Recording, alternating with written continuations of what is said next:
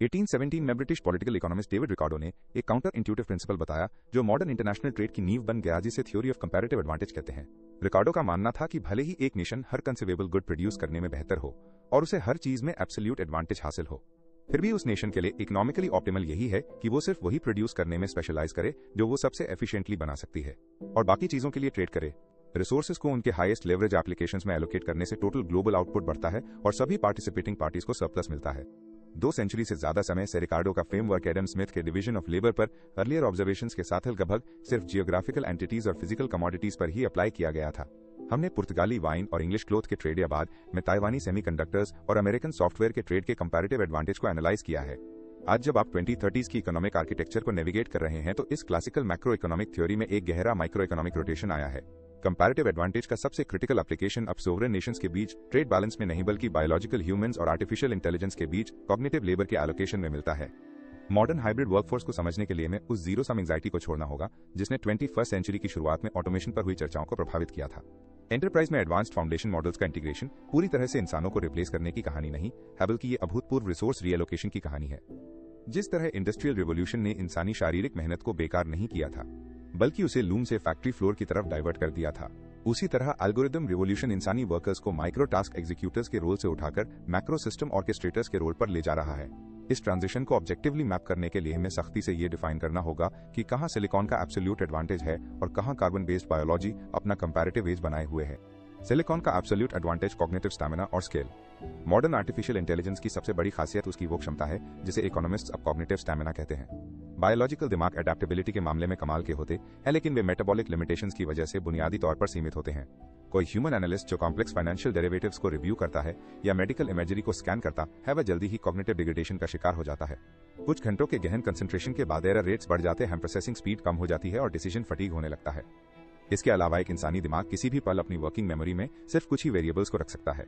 इसके विपरीत एक एल्गोरिदम एजेंट जो स्पेशलाइज्ड प्रोसेसर्स के क्लस्टर पर काम करता है, उसमें इन्फिनिट कॉग्निटिव स्टैमिना होता है। वो थकता नहीं है, उसका ध्यान नहीं भटकता और उसका एरर रेट मैथमेटिकली कांस्टेंट रहता है, चाहे वो अपना पहला डॉक्यूमेंट पार्स कर रहा हो या अपना 10 मिलियनवा। ये आर्टिफिशियल इंटेलिजेंस को उन डोमेन्स में एक ऐसी एब्सोल्यूट एडवांटेज देता है जिसे पार करना नामुमकिन है, जहां हाइपर स्केल डेटासेट्स को इंजेक्शन सिंथेसिस और लगातार मॉनिटरिंग की जरूरत होती है।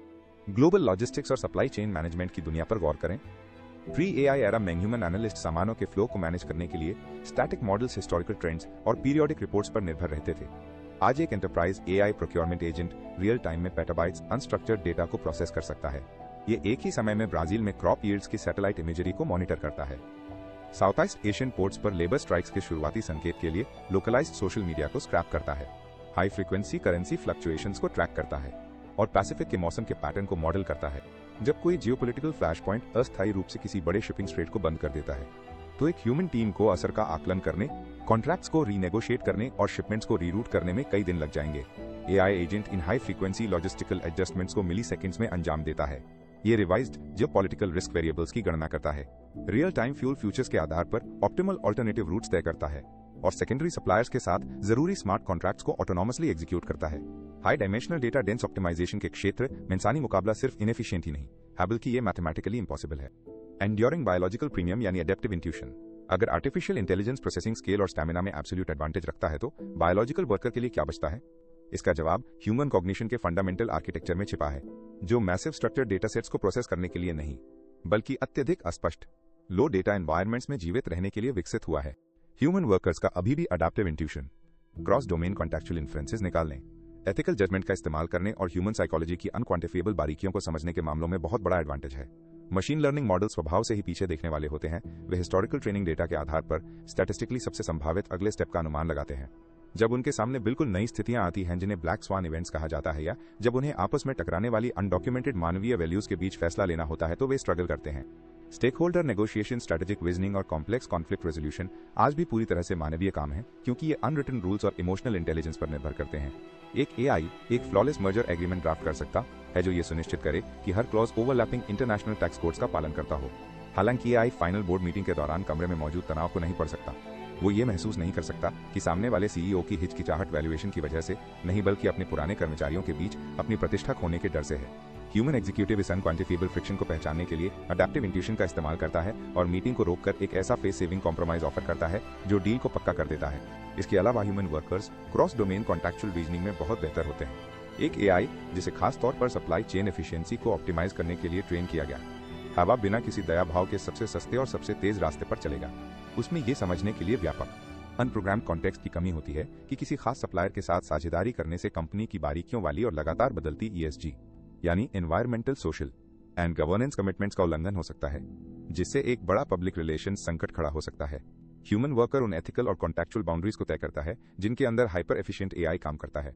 हाइब्रिड वर्कफोर्स इन एक्शन एक कॉन्क्रीट सिनेरियो है। इस मॉडर्न कंपैरेटिव एडवांटेज की प्रैक्टिकल एप्लीकेशन को समझाने के लिए साल 2032 के एक $multi-billion इंफ्रास्ट्रक्चर प्रोजेक्ट के एग्जीक्यूशन को देखिए, जो कि एक पॉलिटिकली कॉम्प्लेक्स और पानी की कमी वाले इलाके में एक next generation sustainable desalination facility का निर्माण है। इस प्रोजेक्ट को एक हाइब्रिड टीम मैनेज करती है। एल्गोरिथमिक साइड पर एआई प्रोक्योरमेंट और लॉजिस्टिक्स एजेंट होता है। प्रोजेक्ट की पूरी लाइफ साइकिल के दौरान एआई अनयील्डिंग कॉग्निटिव स्टेमिना के साथ काम करता है। जब यह उस देश में सॉवरेन डेट यील्ड्स में अचानक उछाल डिटेक्ट करता है जो स्पेशलाइज्ड फिल्ट्रेशन मेम्ब्रेन सप्लाई कर रहा हो, जो कि आने वाली इकोनॉमिक इंस्टेबिलिटी की तरफ इशारा करता है, तो एआई तुरंत ग्लोबल सप्लाई मैट्रिक्स को रिकैलकुलेट करता है। कुछ ही सेकंड्स में यह एक ज्यादा स्टेबल ज्यूरिसडिक्शन में सेकेंडरी सप्लायर ढूंढ लेता है, नई टैरिफ इंप्लीकेशंस को एनालाइज करता है, प्रोजेक्ट के क्रिटिकल पाथ के हिसाब से एडजस्टेड शिपिंग टाइम्स की मॉडलिंग करता है और ऑटोनॉमसली परचेज ऑर्डर्स को एग्जीक्यूट कर देता है।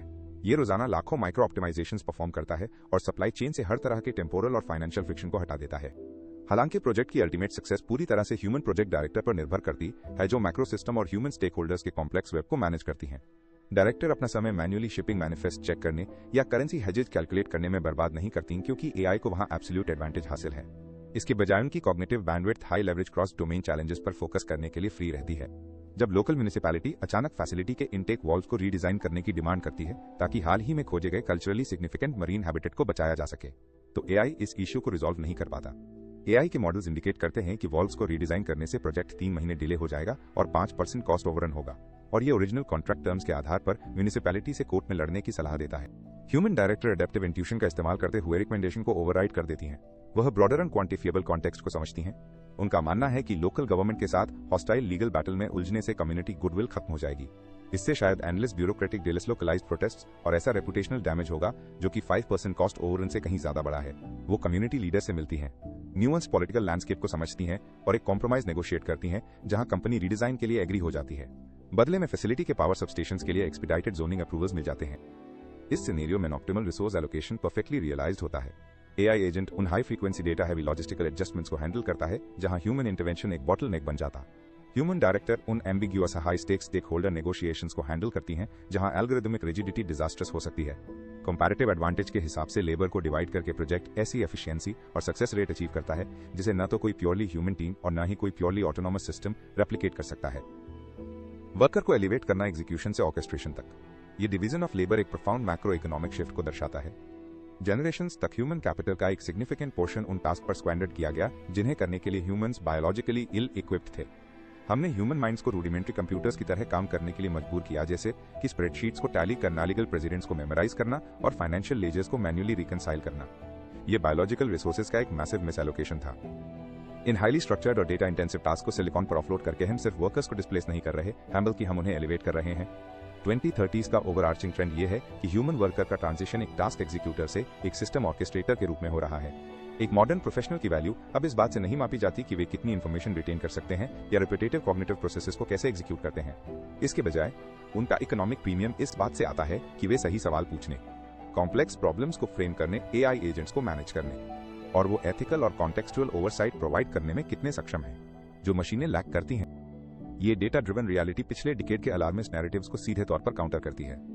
एडवांस्ड कंप्यूटेशनल फ्रेमवर्क्स का इंटीग्रेशन इकोनॉमिक पाई को श्रिंक नहीं करता, बल्कि ये अवेलेबल सरप्लस को ड्रास्टिकली एक्सपैंड करता है। जब कोई एंटरप्राइज अपनी ऑपरेशनल कॉस्ट को 40% तक कम करने के लिए एल्गोरिथमिक ऑप्टिमाइजर्स का इस्तेमाल करती है, तो वो कैपिटल सिर्फ होल्ड करके नहीं रखा जाता, बल्कि उसे रीडिप्लॉय किया जाता है। ये नई प्रोडक्ट लाइंस में रिसर्च को फंड करता है, इमर्जिंग मार्केट्स में एक्सपेंशन को ड्राइव करता है और स्ट्रेटेजी, डिजाइन और कॉम्प्लेक्स ह्यूमन इंटरेक्शन पर फोकस्ड ह्यूमन लेबर की पूरी तरह से नई कैटेगरीज के लिए डिमांड क्रिएट करता है।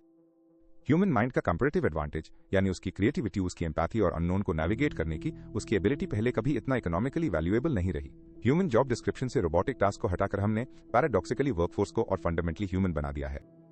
हालांकि इस की ह्यूमन एआई कोलैबोरेशन का हाइब्रिड मॉडल हाईली कॉम्प्लेक्स और एम्बिगुअस एंडेवर्स के लिए एक ऑप्टिमल स्टेट को दर्शाता है, ये कोई यूनिवर्सल रूल नहीं है। एफिशिएंसी के लिए रिलेंटलेस ड्राइव आखिरकार ऐसे वर्कफ्लोज का सामना करती है जो पूरी तरह से प्रेडिक्टेबल, हाईली स्ट्रक्चर्ड और ह्यूमन इंट्यूशन की जरूरत से पूरी तरह मुक्त होते हैं। इन स्पेसिफिक एनवायरमेंट्स में बायोलॉजिकल ऑर्केस्ट्रेटर की जरूरत कम होने लगती है जब किसी प्रोसेस को परफेक्टली क्वांटिफाइड और एंड टू एंड मैप किया जा सकता है। तो ह्यूमन एलिमेंट का इंट्रोडक्शन यहां तक कि मैनेजरियल कैपेसिटी में भी एक एडवांटेज नहीं रह जाता और इसके बजाय फ्रिक्शन का एक पॉइंट बन जाता है। मॉडर्न इंडस्ट्रियल प्रोडक्टिविटी की अल्टीमेट ट्रेजेक्टरी को पूरी तरह समझने के लिए हमें यह देखना होगा कि जब इस फ्रिक्शन को सिस्टमैटिकली एलिमिनेट किया जाता है तो क्या होता है, जो हमें सीधे section 1.3 the economic efficiency of fully automated workflows को एक्सप्लोर करने की ओर ले जाता है।